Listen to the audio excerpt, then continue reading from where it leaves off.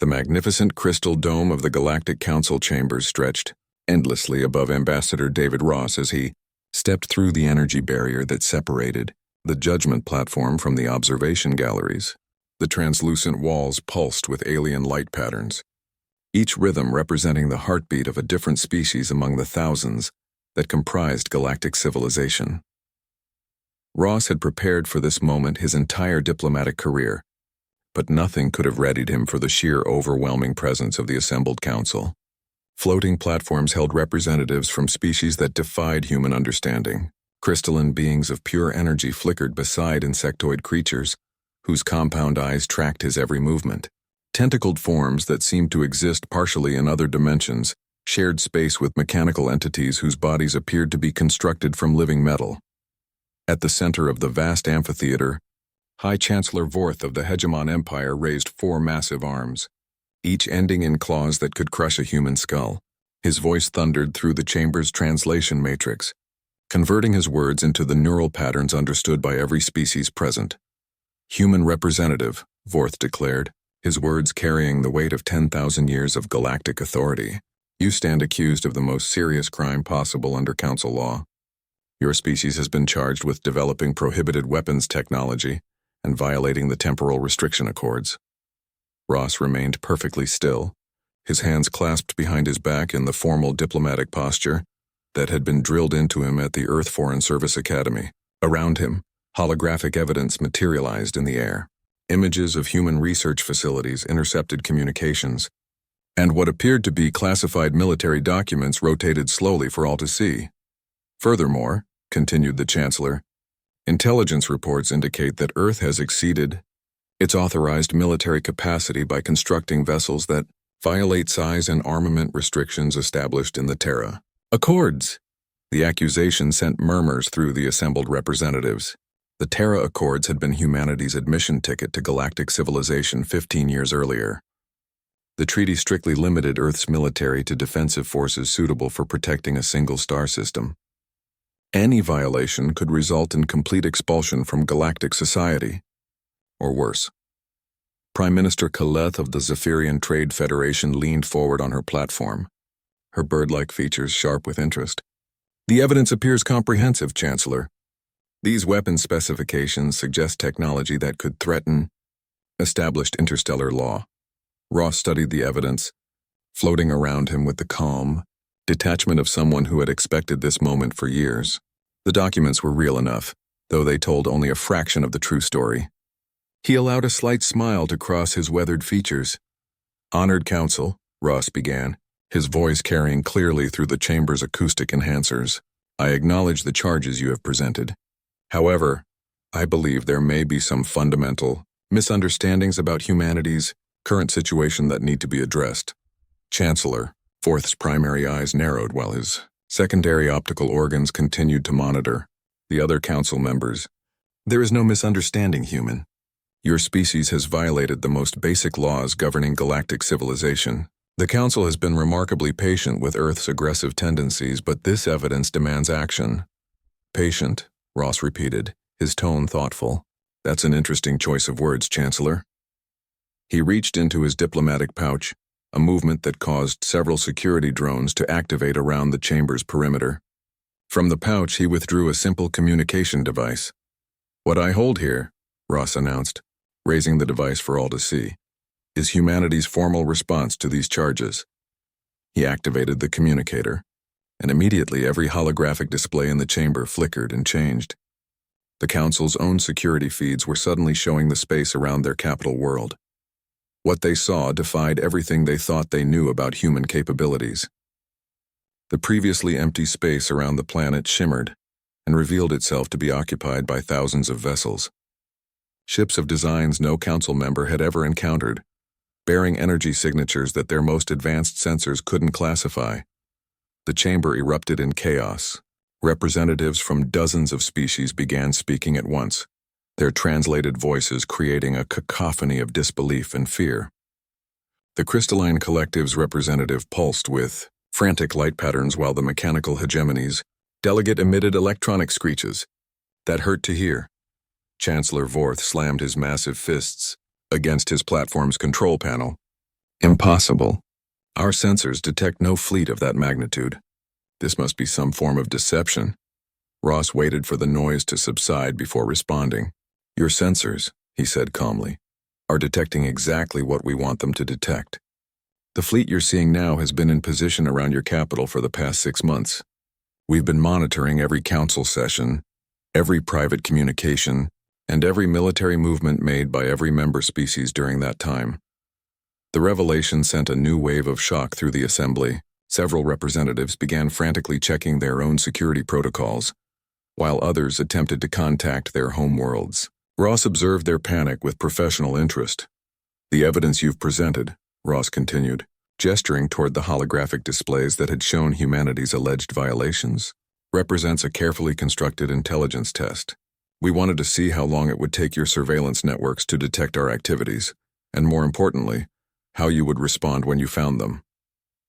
Prime Minister Caleth's voice was barely controlled.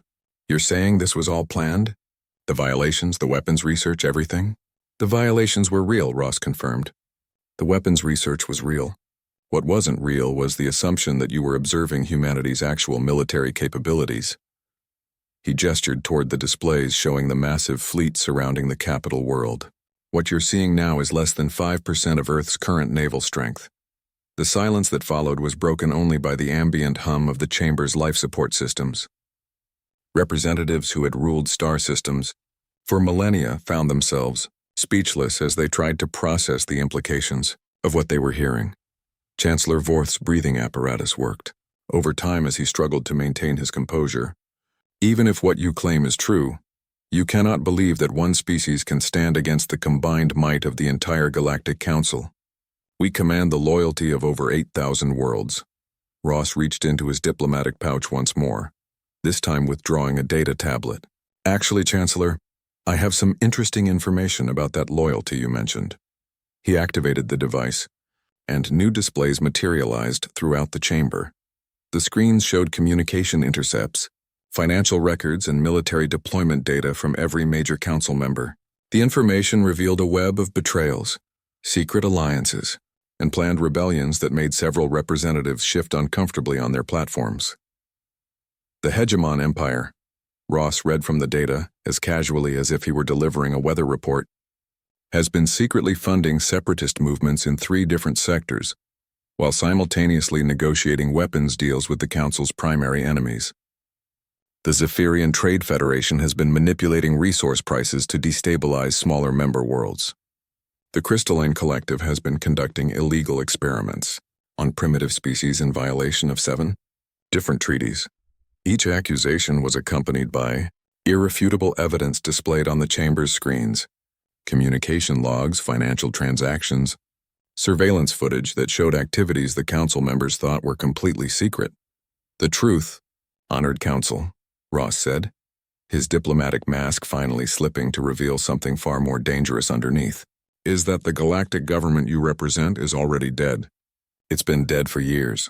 You've all been so busy betraying each other and planning your individual rises to power that you never noticed the real threat. He looked around the chamber at the assembled representatives, and for the first time in galactic history, the most powerful beings in known space felt genuine fear.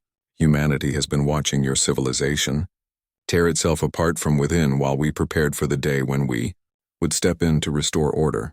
The chamber's main display shifted to show a real-time tactical overview of the galaxy. Blue markers representing human forces were appearing throughout council space, surrounding key worlds and installations that had been considered impregnable. That day, Ross announced, his voice carrying the weight of an entire species' resolve, is today. As of this moment, humanity formally assumes control of galactic civilization. The question now is whether you'll cooperate with the transition, or whether we'll need to demonstrate why resistance would be inadvisable. Outside the Crystal Dome, the human fleet waited in perfect formation, their weapons powered but not yet targeted at the planet below. Inside the chamber, the former rulers of the galaxy sat in stunned silence as they realized that their age of power had ended not with a war, but with a single diplomatic meeting where they had been completely outmaneuvered by. The emergency session of the Galactic Council convened just 8 hours after Ambassador Ross had delivered humanity's ultimatum. The crystal dome that had once symbolized 10,000 years of galactic order now felt more like a prison, as representatives huddled on their platforms, frantically trying to coordinate a response to the impossible situation.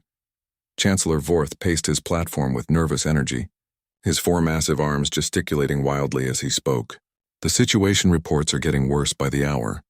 Every major military installation in hegemon space is surrounded by human vessels. Our fleets cannot even leave port without permission from Earth forces. Ross stood in the center of the chamber, no longer the lone human facing galactic judgment. 3 additional figures had materialized beside him using technology that made the Council's most advanced transportation systems look primitive. The lead newcomer, a woman with silver hair and the bearing of someone accustomed to absolute authority, stepped forward. "Allow me to introduce Admiral Lisa Morgan," Ross announced, "Supreme Commander of Earth's Galactic Operations Division." The title sent chills through the assembled representatives. Earth had a division specifically for galactic operations, implying this moment had been planned for years. Admiral Morgan surveyed the Council with the calm assessment of a professional evaluating her new territory. "Honored representatives, humanity appreciates your willingness to participate in this transition period. I'm here to provide clarity about what happens next." Prime Minister Kaleth's voice carried a note of desperate hope. "Admiral, surely reasonable beings can negotiate terms that preserve the existing order. The Council has maintained galactic peace for millennia." Morgan's smile was not unkind, but it held no warmth. "Peace, Minister. Is that what you call the 17 active territorial disputes, the ongoing trade wars, and the 3 separatist movements that your intelligence services have been monitoring just this month?" She gestured, and holographic displays appeared throughout the chamber, showing data that made several Council members gasp in recognition. The displays revealed conflicts that the Council had thought were secret, diplomatic crises that had been carefully hidden from public view, and military buildups that violated numerous treaties. "The Vorthok expansion crisis," Morgan noted, reading from the data with clinical precision. "Your species has been secretly colonizing worlds in the neutral zone for the past 3 years, Chancellor. The Zephyrian resource wars have seen 17 minor species driven to near extinction in conflicts over mining rights. The crystalline collective's dimensional experiments have created space-time anomalies that threaten entire star systems. Each revelation was accompanied by evidence so detailed and comprehensive that denial was impossible. Communication intercepts, surveillance footage, financial records, and scientific data painted a picture of a galactic civilization in chaos." "How long have you been gathering this intelligence?" demanded the representative of the mechanical hegemony, its electronic voice crackling with distress. "Since our first contact with galactic civilization," Ross replied. "While you were observing our supposedly primitive development, we were studying your languages, mapping your political structures, and analyzing your conflicts. Every diplomatic mission Earth sent to Council worlds included intelligence operatives who had been preparing for this work their entire lives. The implications hit the assembled representatives like a physical blow. Humanity had been infiltrating galactic society from the very beginning, learning everything there was to know about their targets while carefully controlling what information flowed back to the Council. Admiral Morgan activated new displays that showed the true scope of human operations. Earth diplomatic missions weren't just gathering intelligence, they were actively influencing events. The Kalaran succession crisis that weakened the Eastern Alliance, we ensured the conflict developed in ways that prevented their military alliance from solidifying. The trade disputes that have kept the Outer Rim worlds divided, we manipulated commodity prices to exacerbate existing tensions. Chancellor Vorth's breathing apparatus wheezed as he struggled to process the scope of human manipulation. "You're saying that decades of galactic history have been shaped by Earth interference?" "Not interference," Morgan corrected. "Management. Every major crisis, every territorial dispute, every breakdown in diplomatic relations has been carefully guided to ensure that when this day came, no effective resistance would be possible." The chamber's displays shifted to show a 3-dimensional map of the galaxy, with human influence marked in blue. The extent of Earth's operations was staggering. Dozens of star systems throughout Council space showed evidence of human presence, not as the 3 authorized colonies the Council knew about, but as a vast network of bases, research facilities, and operational centers.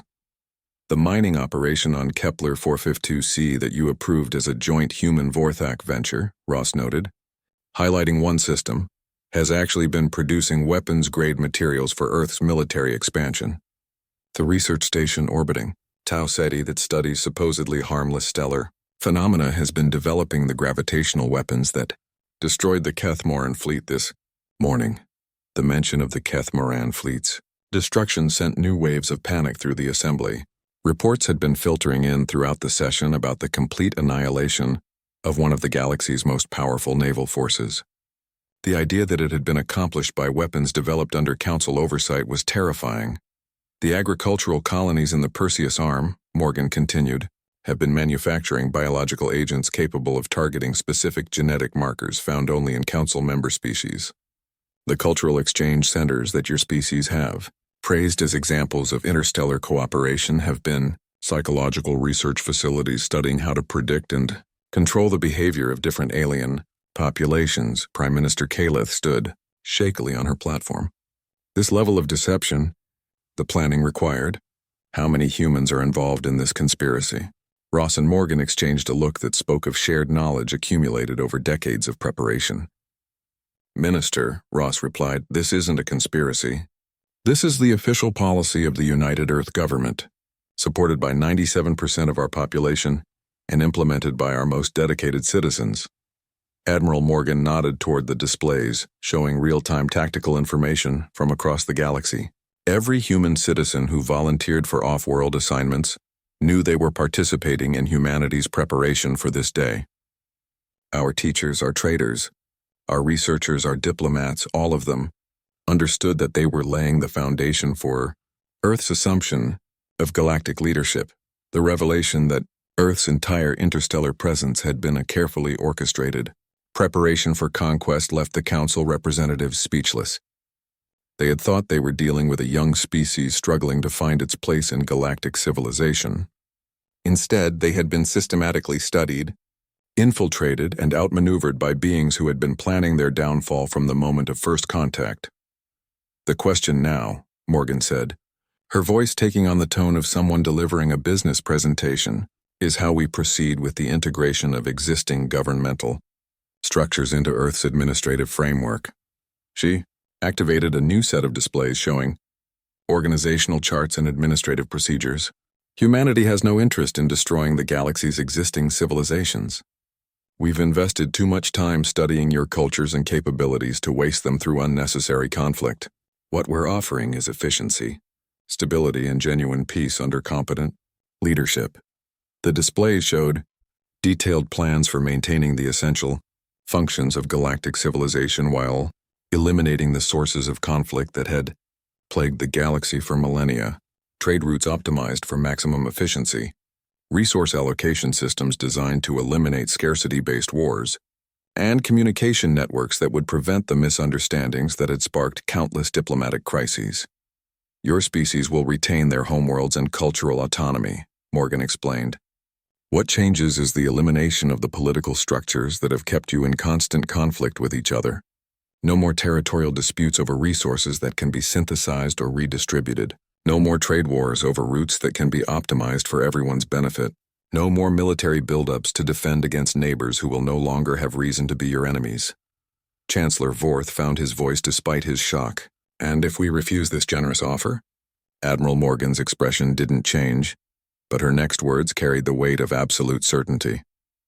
Chancellor, you're still thinking in terms of having a choice. The transition has already begun. Your military forces are contained, your communication networks are monitored, and your supply lines are controlled. The only question is whether this process concludes with your cooperation or your replacement, as if to 48 hours into what historians would later call the Terran transition. The galaxy was discovering that human efficiency extended far beyond military conquest. Admiral Morgan stood in what had once been the Council's Strategic Command Center, now transformed into the nerve center of Earth's galactic administration. The massive holographic displays that surrounded her showed real-time data from thousands of worlds as human administrators took control of galactic civilization's infrastructure. Unlike the chaotic reports of resistance and destruction that many had expected, the feeds showed a remarkably smooth transition. Integration efficiency is running at 96%, reported Colonel James Blake, Morgan's chief of operations, as he materialized beside her using the phase step technology that still amazed the former council members. Resistance has been minimal in most sectors, and we're actually seeing improved productivity in areas where we've implemented new resource allocation protocols. From his position at a monitoring station that had replaced his former place of authority, Chancellor Vorth watched the proceedings with growing bewilderment. "Your people are actually making our systems work better," he observed, his voice carrying a note of grudging respect. Ambassador Ross, now bearing the title of Director of Interspecies Integration, turned from his review of sector reports. "Chancellor, your governmental systems were designed for managing conflict and maintaining power through division. Ours are designed for optimizing productivity and eliminating the sources of conflict entirely." The chamber's displays shifted to show specific examples of human administrative improvements. The Vorthak trade networks that had been plagued by piracy for decades now showed zero incidents of theft or harassment. The Zephyrian agricultural worlds that had struggled with crop failures were reporting record harvests.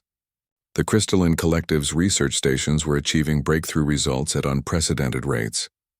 The Kepler Mining Consortium, Colonel Blake noted, highlighting one sector of the galactic map, has increased mineral extraction by 40%, while reducing environmental impact by 60%.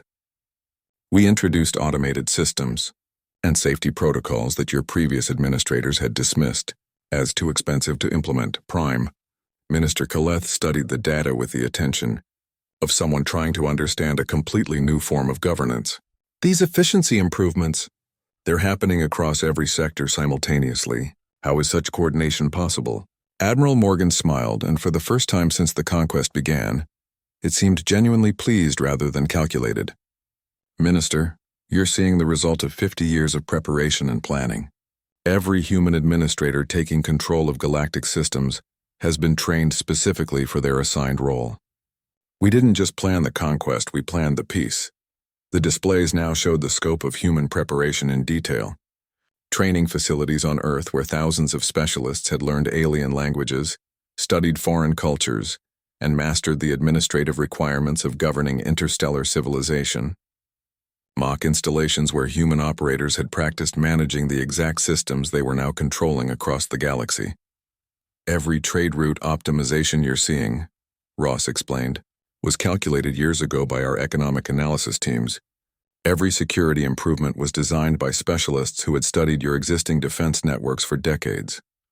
Every administrative efficiency was tested and refined through computer simulations that modeled the behavior of your various species."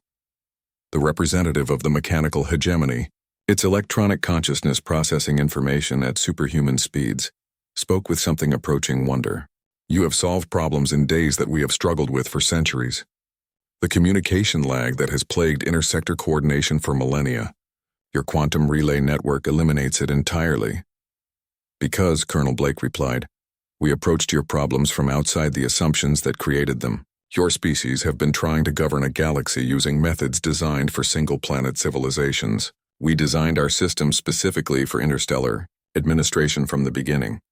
The displays shifted to show comparative analyses of governmental efficiency under the old council system versus the new human administration.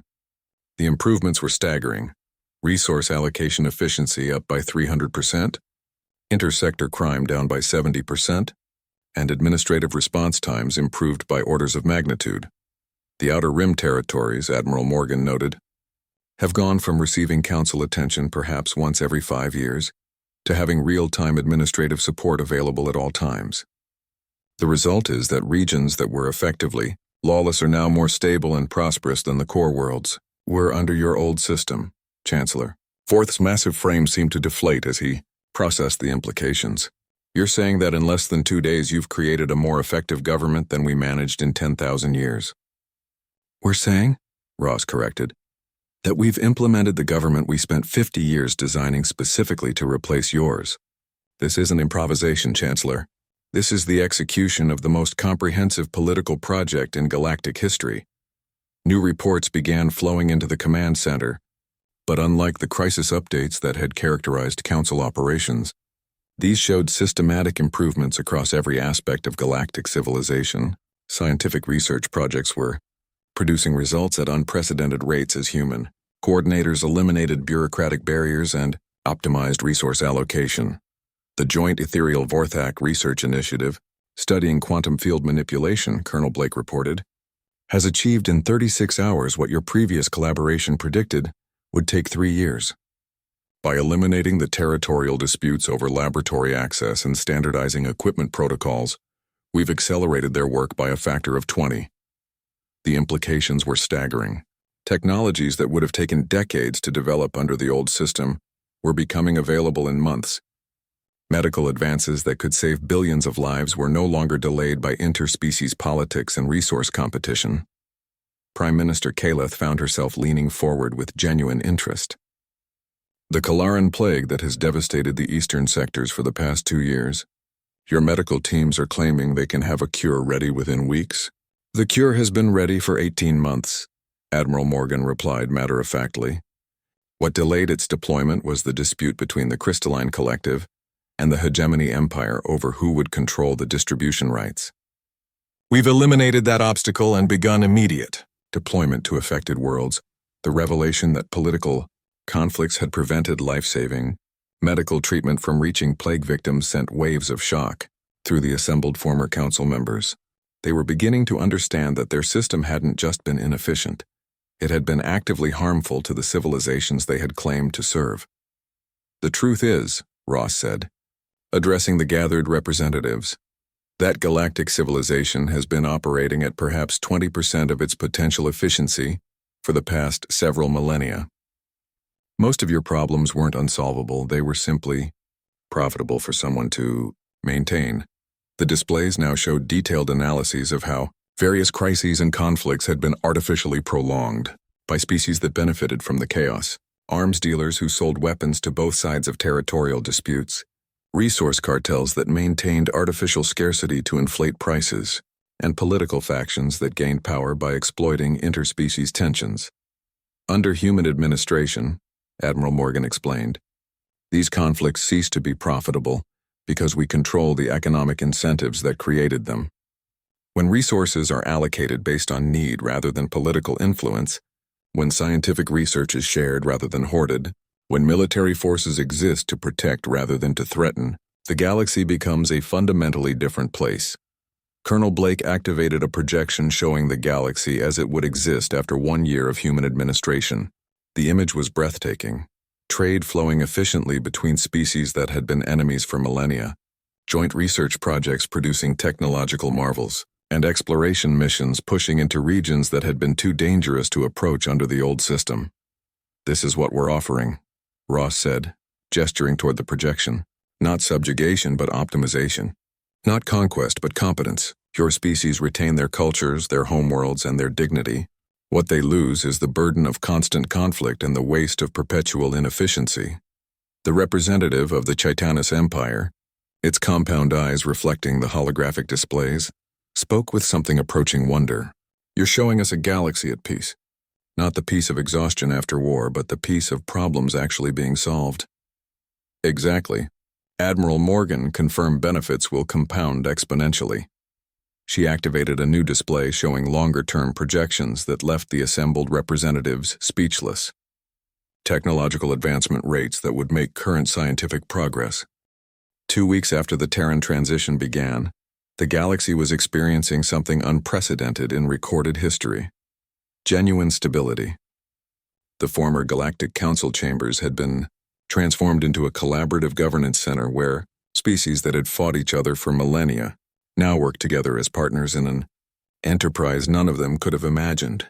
Ambassador Ross, now Director of Interspecies Relations, stood before an assembly that would have been impossible under the old order. Representatives from 47 species sat together without the defensive barriers and hierarchical platforms that had characterized council meetings for 10,000 years. The Andromeda Contact Initiative has received approval for full implementation, Ross announced, reading from a data tablet that displayed information in the neural patterns of every species present simultaneously. This marks humanity's first official expansion beyond our home galaxy. Admiral Morgan, now Supreme Coordinator of Galactic Operations, activated a holographic display showing the galaxy as it existed under human administration. The image was stunning. Trade routes flowing efficiently between species that had never trusted each other. Joint research stations producing technological breakthroughs at unprecedented rates. And exploration fleets crewed by multiple species, pushing into previously uncharted regions. The integration results have exceeded our most optimistic projections, Morgan reported, her voice carrying genuine satisfaction. Galactic productivity is up 400%. Interspecies cooperation has reached levels we didn't think possible. And we've eliminated violent conflict in over 98% of previously disputed regions. From his seat among the gathered representatives, Chancellor Vorth raised one massive arm. No longer a prisoner but a willing participant in the new order, he had become one of humanity's most effective regional administrators. The development of the Outer Rim has proceeded faster than even your revised projections suggested. The terraforming projects there are running 3 months ahead of schedule. That's because, replied Dr. Elena Rodriguez, humanity's Director of Planetary Engineering, the Vorthak atmospheric processors work synergistically with chitinous soil cultivation techniques in ways our models didn't predict. When we combined them with ethereal energy manipulation and crystalline computational analysis, the results exceeded all expectations. The representative of the Chitanus Empire, her mandibles clicking with what humans had learned to recognize as satisfaction, leaned forward. Our scientists have achieved breakthrough results in 32 different research areas since joining the human administration. The collaborative approach has proven far more effective than our previous isolation protocols. Ross smiled as he reviewed the reports flowing through his neural interface. The results speak for themselves. The Vorthak Chitinus Agricultural Initiative is producing food surpluses that we're using to supply exploration missions into the void sectors. The Zephyrian Ethereal Quantum Research Project has developed faster-than-light communications that make real-time coordination across the galaxy possible. But perhaps most significantly, Morgan added, activating a new display. We've begun to address challenges that no individual species could have handled alone. The holographic display showed the galaxy's edge, where massive structures were taking shape in the darkness between star systems. The construction projects defied easy classification, part space station, part technological marvel, part something that transcended current understanding of engineering. The Gateway Project, explained Dr. Rodriguez, represents humanity's solution to the galaxy's long-term expansion needs. Each gateway creates a stable bridge to extragalactic space, allowing us to establish footholds in neighboring galaxies without the millennium-long journey times that previously made such expansion impossible. Prime Minister Kaleth, now serving as coordinator for the Eastern Trade Networks, studied the display with keen interest. The strategic implications are remarkable. If we can establish advanced positions in neighboring galaxies, we'll have early warning systems for potential threats that might have taken us completely by surprise. More than that, Ross replied, we'll be able to offer our administrative model to civilizations that are still struggling with the same conflicts and inefficiencies that once plagued our galaxy. We're not just governing a single galaxy anymore. We're becoming a template for stable interstellar civilization. The Ethereal Collective's representative, its energy form now stabilized and brighter than it had been in centuries, pulsed with excitement. The quantum field research alone has applications that extend far beyond our current understanding. We're not just exploring space, we're exploring the fundamental nature of reality itself. Colonel Blake, now Director of Advanced Strategic Planning, nodded toward a section of the display showing research results. The consciousness integration protocols the collective has developed are allowing us to create hybrid administrative intelligences that combine the best cognitive abilities of multiple species. We're literally creating new forms of thinking. And the temporal research projects, added Dr. Rodriguez, have given us capabilities that ensure the stability of our governance model across timescales that previously seemed impossible to manage. The display shifted to show temporal analysis projections, extending thousands of years into the future. Unlike the chaotic, conflict-ridden predictions that had characterized the old council's planning, these timelines showed stable, prosperous development, with contingency plans for challenges that wouldn't emerge for millennia. We're not just governing for today, Ross explained. We're establishing foundations for galactic civilization that will remain stable and adaptive for the next 100,000 years. Chancellor Vorth's breathing apparatus hummed thoughtfully. Under the old council, we could barely plan for the next decade without factoring in the probability of major wars. Now you're showing us civilization models that span geological timescales. Because, Morgan replied, we're finally addressing root causes instead of just managing symptoms. When species have their fundamental needs met and clear paths for growth and achievement, conflict becomes unnecessary. The representative of the Chitinous Empire gestured toward a section of the display showing population and resource projections. The expansion into neighboring galaxies will provide unlimited room for growth for all our species. No more competition for limited resources, no more territorial conflicts, and the technological synthesis we're achieving, added the ethereal collective representative, means that each species' unique capabilities are being multiplied rather than wasted in conflicts. Ross walked to the chamber's center, where the old judgment platform had once stood. In its place was a simple raised area surrounded by holographic displays showing real-time data from across the galaxy. 2 weeks ago, he said, addressing the assembled representatives, humanity assumed control of galactic civilization. Today I'm announcing something far more significant. See, chamber fell silent as Ross activated a new display, showing construction projects and resource allocations on a scale that dwarfed anything they had seen before. Project Starbridge, Ross announced. The systematic expansion of our governance model to every galaxy within a 50 million light-year radius. We're not just administering one galaxy anymore. We're beginning the foundation of an intergalactic civilization. The scope of the project stunned even the human administrators. Massive resource commitments, technological developments that pushed the boundaries of possibility, and coordination requirements that would involve trillions of beings across multiple galaxies. The preliminary surveys have identified over 200 galaxies with established civilizations, Morgan reported. Most are dealing with the same conflicts and inefficiencies that once plagued our own galaxy. We have the tools and the experience to offer them something better. Dr. Rodriguez activated detailed schematics showing the engineering challenges involved in intergalactic expansion. The gateway systems are just the beginning. We're developing entire mobile administrative platforms that can establish human governance, protocols in new galaxies within decades rather than millennia. Prime. Minister Calith found herself leaning forward with anticipation. The implications for our species, for all our species, we're talking about expansion on a scale that makes our previous territorial disputes seem absurdly petty. Exactly, Ross confirmed. When every species has access to unlimited resources and unlimited space for growth, the sources of conflict that have plagued galactic civilization for millennia simply cease to exist. As the full scope of humanity's vision became clear, the assembled representatives began to understand that they weren't just witnessing the transformation of their own galaxy. They were participants in the beginning of something that would reshape the universe itself. The question, Ross said, looking around the chamber at beings who had once been enemies and were now partners in an undertaking beyond imagination, is whether you're ready to help us build not just a galactic civilization, but a universal one. 1 year after humanity's declaration of galactic leadership, the universe itself was beginning to change. The former Galactic Council chambers had evolved into something unprecedented.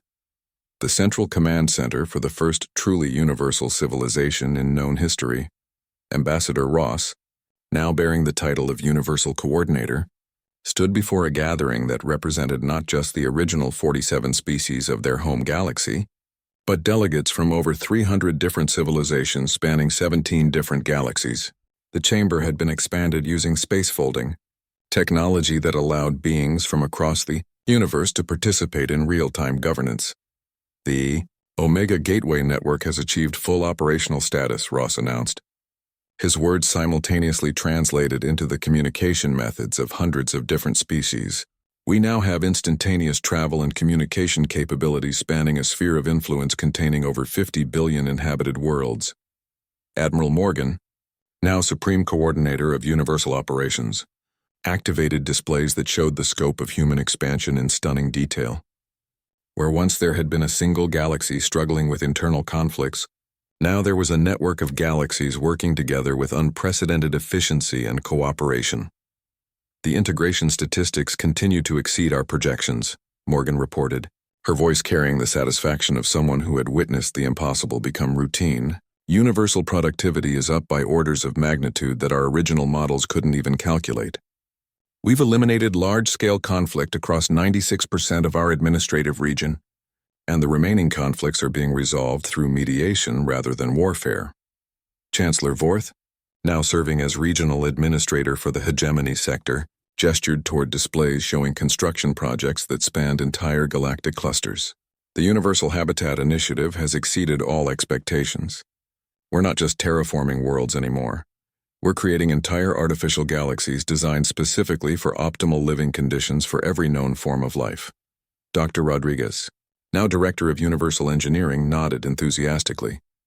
The combination of technologies from hundreds of different species has produced results that no single civilization could have achieved.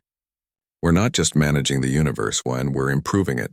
The representative of the Andromedans, a recently contacted crystalline species whose homeworld existed in 7 dimensions simultaneously, spoke through quantum resonance patterns that the chamber's translation matrix converted into understandable concepts. Before human contact, our civilization spent 10,000 years attempting to solve the dimensional stability crisis that threatened our existence. Human administrators resolved it in 3 months. That's because Colonel Blake, now Director of Universal Problem Resolution, replied, "We approached your crisis with the combined knowledge and capabilities of over 200 different scientific traditions.